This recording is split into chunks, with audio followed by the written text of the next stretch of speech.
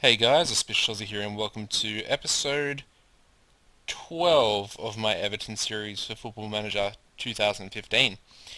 Alright, this is pre-season and as per usual we are going to go over the transfers first of all. There was quite a bit of activity.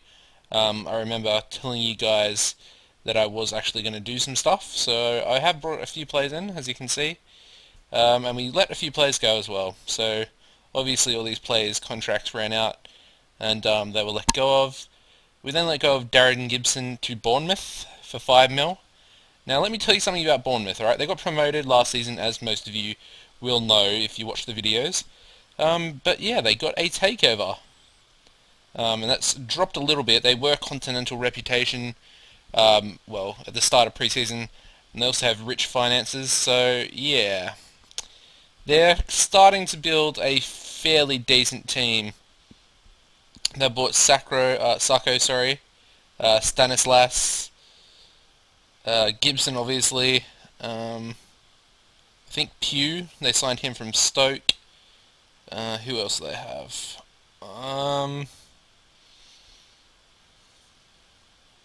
Yeah, I think that might be it for now. I think they signed Wilson as well. I'm not sure.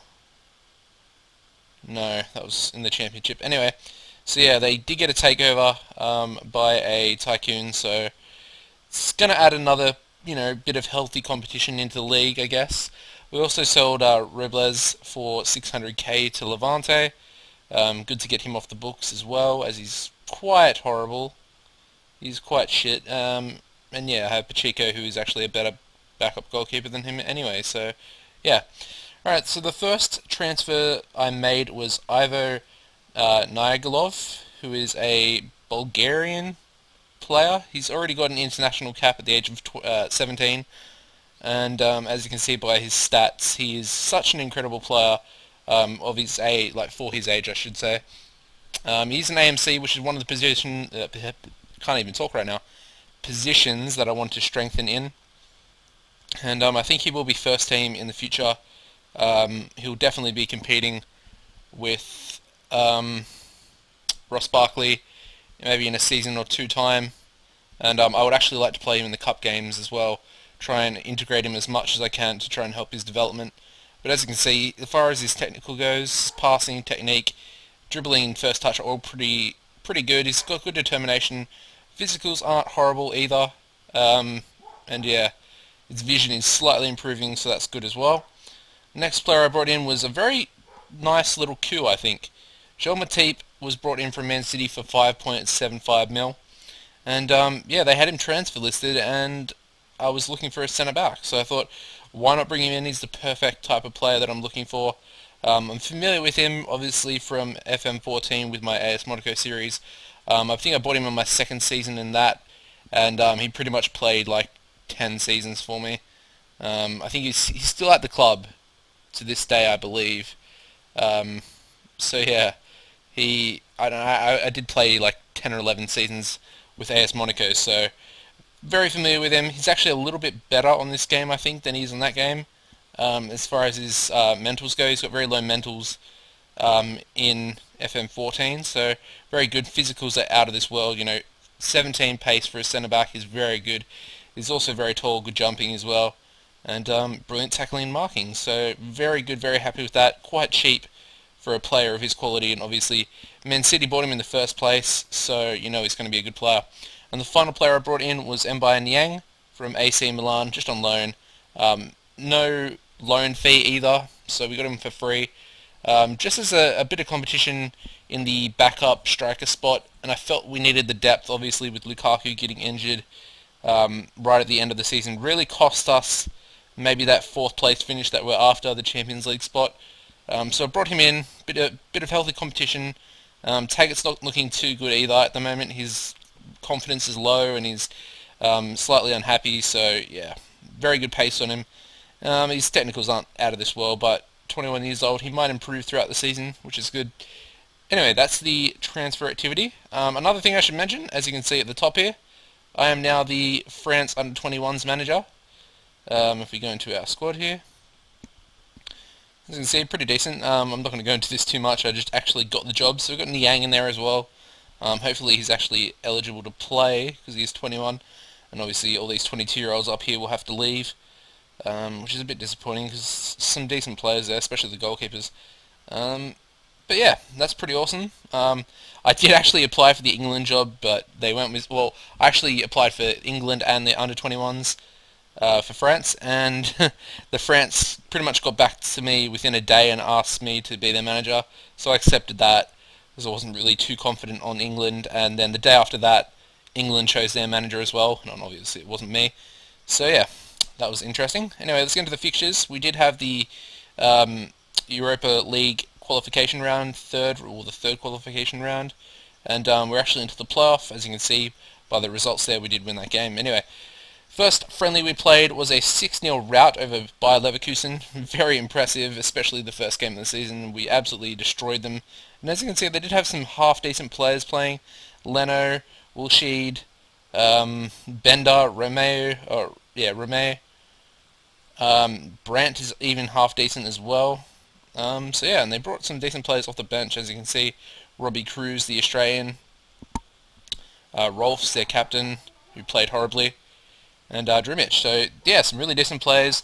Lukaku got a brace, distant also on the score sheet just before he retired, which was awesome. Kevin Morales, Joel Campbell, and Brendan Galloway, the 20-year-old, who I'm looking at playing a little bit, but his game time might be a little bit reduced because I do currently have an offer in for Kostas Manolis from Roma. So, and that's a £1 million transfer at the moment. But there are two other offers in for him as well, so I'm not massively confident, but I would like to get him in. And he's still only 25, so decent replacement and competition for Stones and Matip once Jagielka retires. So yeah, we then faced Barcelona, lost 3-2, which is pretty disappointing. We started the game really poorly, as you can see. Conceded 3 goals within 13 minutes. Fred, the Brazilian, scored in the first minute, which I thought was very ironic, considering how poor his World Cup was. Adama Traore is a winger, I believe. Yeah. We actually had a player in the Australian League called Adama Traore, who was a left back. So I thought that was him, and I was like, that sounds pretty weird, but it wasn't. So I was interested in that at the time, and Tello also got on the score sheet for them. Taggart scored against Barcelona, which is interesting, seeing as his confidence is so poor at the moment, and McGeady also got on the score sheet. We kind of played a fairly poor team, as you can see. Pacheco was in goal. Galloway started at centre back, and he's a natural midfielder, but he can play centre back as well.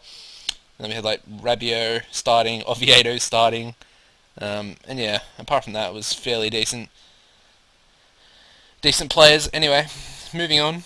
The next game was against Lazio. We beat them 3-0 away from home once again. Lukaku, Aya, the Norwegian youngster, and Aidan McGeady once again, more or less picking up man of the match performance, keeping a clean sheet against a pretty decent side. We then, for some reason, played a Rooney testimonial. I know I accepted it, but I thought it was really weird at the time. Rooney's not retiring or anything like that either, so yeah, I thought that was really weird. Obviously, I know Rooney came from Everton to United, so I get that, but it's just a weird time to play the game, I guess. And as you can see, Henriquez scored a brace, and Matip also got his first goal for the club. Played very well. We only had 2 shots on target though, and we were, dominated in possession, and Juan Mata played a brilliant game. Pretty much, pulled all the strings in midfield. We then started our Europa League third qualifying round, first leg against ADO, or Den Haag. And yeah, we beat them 1-0 at home, kept them to a shutout, so 0 shots, 0 on target. Absolutely played them off the park. Pretty disappointing to only score 1 goal, but Lukaku got that in the 62nd minute, so that was good. Gave us a little nice lead going into the next game. Obviously, no away goals conceded either, which was very good, very positive going into the second leg. And as you can see, we won 3-1 away from home. Rabiot on the score sheet, playing as our roaming playmaker because Romeo was away on international duty with Argentina. Matip and Barkley also on the score sheet there. And as you can see, we dominated them again, but they had a lot more shots this time, which was fair to them. They were the home team, and they managed to score one right at the end. We then played our final friendly game against Shamrock Rovers, and as you can see, that was a 4-0 rout against them. I always like to play them just before the season starts, so I think it's a bit of a confidence boost to the boys. As you can see, Niang scored his first goal in a friendly game, albeit Barkley. Taggart got on the score sheet as well, so hopefully that helps his confidence a little bit. And Rabiot on the score sheet once again, which is pretty good. And he got man of the match performance with a 9.0 rating, so pretty decent. He was playing the roaming playmaker position again, so yeah, interesting. Anyway, that leaves us with Reading, which will be today's live com, as you can read by the title, the first EPL game. So we're going to get into that, and I'll show you. We'll see who else is playing. Chelsea already won 4-0. You got Arsenal against Norwich, United against Hull, Liverpool, Stoke, Tottenham, Wigan. Yeah, some decent fixtures. Okay, so today's lineup will be Howard in goals. We've got Coleman at right back, Jagielka and Matip make up our centre of defence, and we've got Baines at left back as always. We've got Rabiot playing as our deep-lying playmaker today. I moved him over simply because McCarthy was out injured for the time that he was playing there. So I'm going to bring McCarthy back in as our roaming playmaker today because I think, yeah, he's still out on international duty, Romeo, so yeah, pretty disappointing. I think he was at the Copa America. I think that's the competition it was. So that's obviously all the South American sides. And I think they actually made the finals, so he's been out for the whole preseason, and he's still out, come start of league season. Anyway, Barkley will be our AMC today with Campbell and Morales, as always, our wingers, and the ever-present striker Lukaku up front. So, yeah, bench today will be Pacheco, Stones, Oviedo, Gareth, Barry, George Green, who is a youth player, fairly decent AMC as well, so he'll be back up this season to Barkley. We've got McGeady as well, who's getting on in the years, so I might look to sell him in January or at the end of the season. And we have Taggart on the bench as well today. Niang obviously picked up an injury in the last game, so that was a little bit disappointing. But yeah, let's go. I expect us to beat Reading at home, but you never really know with the first game of the season, so yeah. I think Reading actually got promoted this season, so, well done to them. I have to say that. Let's see who they got. Quagliarella up front, Mika Richards, who I tried to sign, but he rejected me to go to Reading at the start of last season on a free transfer. They got Pierce, Boca, I know those player, Abita. Is that Jan Abita? Jordan Abita. Okay. Yeah, McCleary as well. I know him. Danny Guthrie as well. So, I mean, their side's not massively great on paper, but, they could put out a decent performance, I believe, anyway. And obviously, like I mentioned, the first game of the season is always a little nervy. You're always a little bit scared, facing the unknown of what the season holds for you. Anyway, we are underway. So, good ball moving here so far. Got Baines playing down to Campbell. Crosses Lukaku, and that's a good save. And yeah, Reading get it away. Good start though. Good start. Positive start. And Campbell's picked up a little bit of a knock there, and his conditioning is quite low from that. I think JG... Oh, no booking. Lucky. I thought JG was about to pick up a yellow straight away. And we've got a corner with Baines. Ooh, Richards clears away. Baines again. Ooh, don't know what Federici, the Australian, was doing there. Baines with another corner though. Matip. Ooh, he's very good at corners, John Matip. So that's a massive positive as well from set pieces. He's quite the tank, so I think he could really score a few goals. Probably mostly from corners, but you hope the odd set piece free kick will be decent. Campbell, another good save by Federici. Please don't let it be the Australian versus Australian manager curse. That's away by Pierce. Back to Baines, but he lets it play out. Another corner, so that's what, 4 or 5 now? Jagielka cleared away again to Morales. Rabiot, shoot! McCarthy.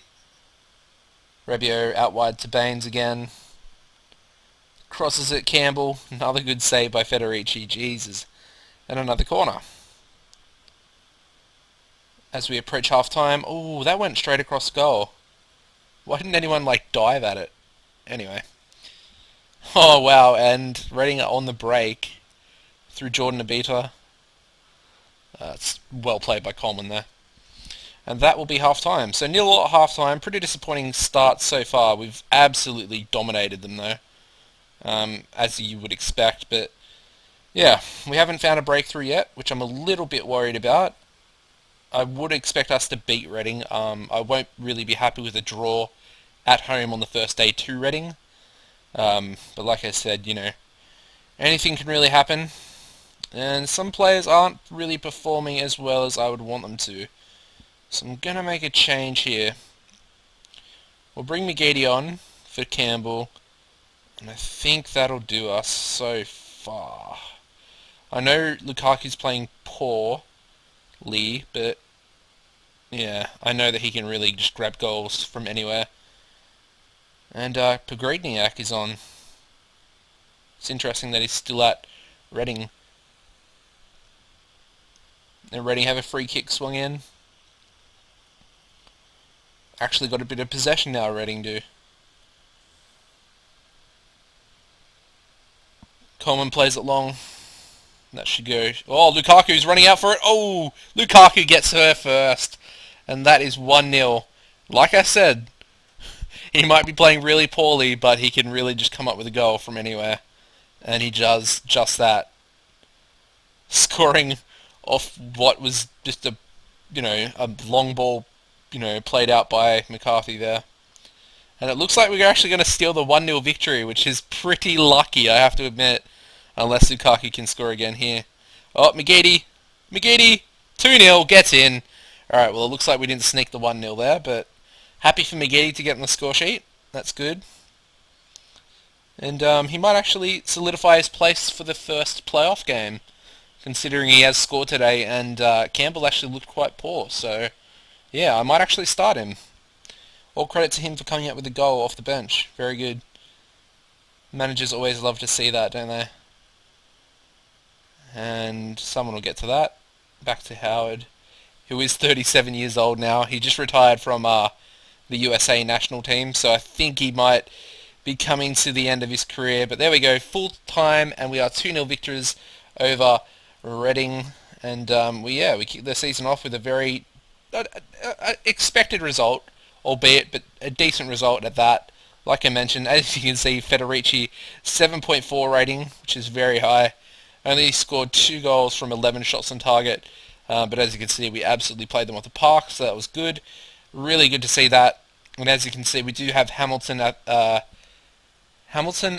Academic, I think they're called, the Scottish club. So that's going to be, it won't be too easy, but I expect us to get through. And I just want to show you guys this regen from Arsenal so far. His name's Paul Crouchman, and he's an absolute beast. Look at his stats. He's more of a defensive right back, or even a centre back, really.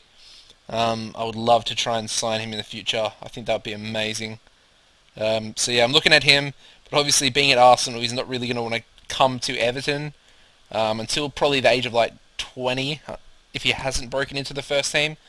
So yeah. Anyway, guys, that is going to wrap this episode up. I hope you have enjoyed. If you have, please drop a like and a comment. That would be amazing. You guys have, been going absolutely crazy with this Everton series, and I'm really just, I can't thank you guys enough.